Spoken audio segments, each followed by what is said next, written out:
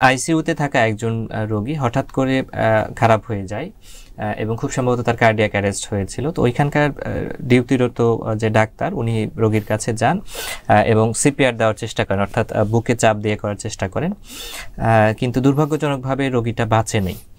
এবং ফলশ্রুতিতে পরবর্তীতে আমরা দেখতে পাই যে রোগীর আত্মীয় স্বজনের অভিযোগ ছিল যে ডাক্তার গিয়ে বুকে চাপ দিয়ে রোগীটাকে মেরে ফেলেছেন, হয়তো বুকে চাপ না দিলে রোগী বেঁচে থাকতে পারত। প্রশ্নটা হচ্ছে যে এই যে আমরা সিপিআর দিই বা বুকে চাপ দিই অথবা বৈদ্যুতিক শক দিই, ডিসি শক যেটাকে আমরা বলছি, যে এর ফলে রোগী মারা যায় কিনা বা এই যে অভিযোগগুলো রোগীর স্বজনদের পক্ষ থেকে আসে এটার সত্যতা কতটুকু, অথবা একজন ডাক্তার হিসেবে এইটার পেছনে আপনাদের ব্যাখ্যা কি? আমি আপনার প্রশ্নের প্রেক্ষিতে আমি একটা গল্প দিয়ে শুরু করতে চাই। আমাদের ছোট ভাই আছেন, ও ময়মনসিংহ মেডিকেলের, ও আমার কাছে একটা গল্প শেয়ার করলো।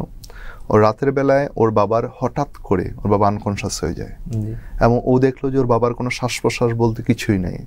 তার মানে এটা কি একটা ডেথ লাইক কন্ডিশন। কিন্তু ও সাথে সাথে ওর বাসাতেই রাতের বেলায় ও সিপিআর দেওয়া শুরু করে। 3 থেকে 4 মিনিট পরে ওর বাবার আবার কনশাসনেস রিগেইন করে শ্বাস নেওয়া শুরু করে এবং তারপর ওর বাবাকেও হাসপাতালে নিয়ে যায় এবং আল্লাহর রহমতে সুস্থ হয়ে বাসায় ফিরে আসে।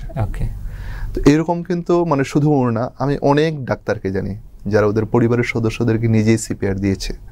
কেউ হয়তো বাঁচাতে পেরেছে, কেউ হয়তো বাঁচাতে পারেনি।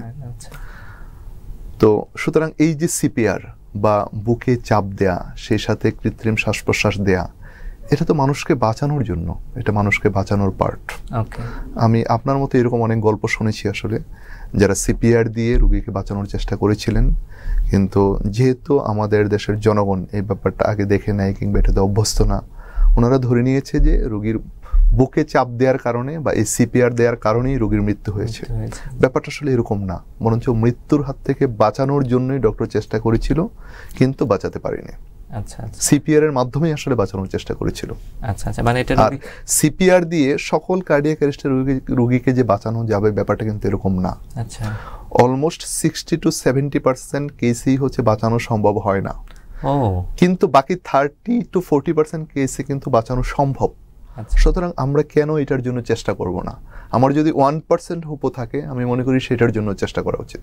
অর্থাৎ আমার মনে করছি বা যতটুকু বুঝতে পারলাম আপনার কথা থেকে, যে এটা আসলে ডক্টররা চেষ্টা করেন রোগীকে বাঁচাইতে, অনেক সময় হয়তো এটা এই পদ্ধতিতে সফল হন, কখনো সফল হন না।